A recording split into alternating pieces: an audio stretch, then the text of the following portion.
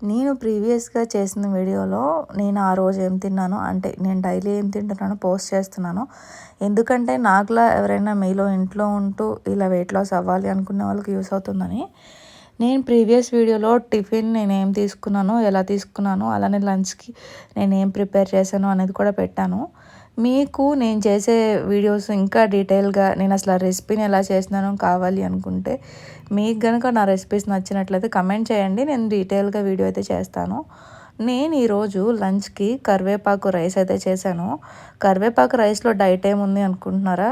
ఖచ్చితంగా ఉంటుంది. చాలామంది డైట్ అంటే రైస్ కంప్లీట్‌గా కట్ చేయాలనుకుంటారు. లేదండి, నేను ఎవ్రీడే రైస్ తీసుకుంటాను. చాలా నార్మల్‌గానే తీసుకుంటాను. నేను డైట్ చేయకముందు ఎలా రైస్ తీసుకున్నానో ఇప్పుడు కూడా అలానే తీసుకుంటున్నాను. కాకపోతే ఒక చిన్న చిన్న మోడిఫికేషన్స్ అయితే చేశాను అంతే. మీరు కూడా వెయిట్ లాస్ అవ్వాలి అనుకుంటే జస్ట్ స్మాల్ మోడిఫికేషన్స్ చేస్తే సరిపోతుంది. కంప్లీట్‌గా మీ లైఫ్ స్టైల్‌ని మార్చుకోవాల్సిన పని లేదు. నేను ఇప్పుడు చేసే డైట్ వెయిట్ లాస్‌కనే కాదు, మనం ఇది కన్సిస్టెంట్స్‌గా చేస్తే ఖచ్చితంగా హెల్తీ లైఫ్ స్టైల్ని కూడా మనము చేసుకోవచ్చు. మన లైఫ్లో ఒక ప్రాపర్ వేని క్రియేట్ చేసుకోవచ్చు. ఫుడ్ తినడంలో ఒక డిసిప్లిన్ అనేది. నేను ఈ చేసుకున్న ఈ కరివేపాకు రైస్లో ఆయిల్ అయితే చాలా తక్కువ వేసాను. మీరు చూసినట్లయితే కరివేపాకు పొడి, అలానే నేను కరివేపాకుని డ్రై చిల్లీని ఫ్రై చేశాను. ఫ్రై చేసి దాన్ని అయితే పొడి పట్టాను. చాలా లెస్ అమౌంట్ ఆయిల్ అయితే యూస్ చేశాను. మీకు అసలు ఆయిల్ కూడా యూస్ చేయాలి అనిపించకపోతే గీ అయితే యూస్ చేయొచ్చు.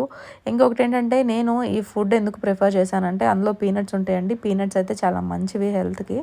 సో పీనట్స్ యాడ్ చేశాను. లాస్ట్లో లెమన్ యాడ్ చేశాను. ఇందులో మనకి హెల్త్ని పాడు చేసే ఐటమ్ ఏమీ లేదు. సో మన హెల్త్కి ఏవి మంచిగా ఉంటాయో అవన్నీ యాడ్ చేసుకుని మనకి కావాల్సిన టేస్ట్కి తగ్గట్టు మనము కుక్ చేసుకుంటే సరిపోతుంది. సో నేనైతే లంచ్కి కరివేపాకు రైస్ చేశాను. కరివేపాకు రైస్తో పాటు ఖచ్చితంగా ప్రోటీన్ అయితే ఉండాలి కాబట్టి నేను ప్రోటీన్ సోర్స్ కోసము ఈరోజు నెక్స్ట్ సైడ్ డిష్ అయితే ప్రిపేర్ చేశాను. అదేంటంటే సోయా చంక్ కట్లెట్.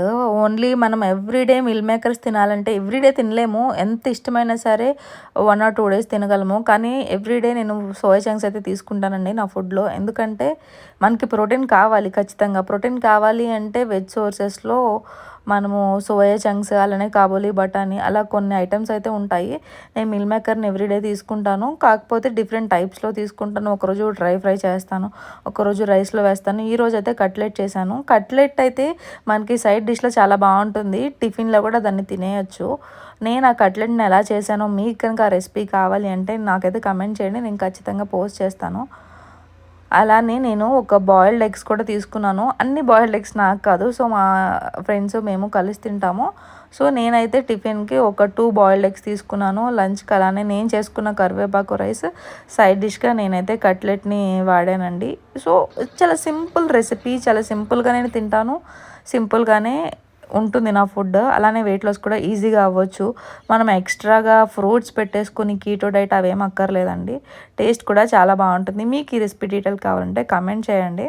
నాతో పాటు మీరు కూడా ఈ డైట్ ఫాలో అవ్వాలనుకుంటే నా ఛానల్ని తప్పకుండా సబ్స్క్రైబ్ చేయండి, లైక్ చేయండి, షేర్ చేయండి. బాయ్.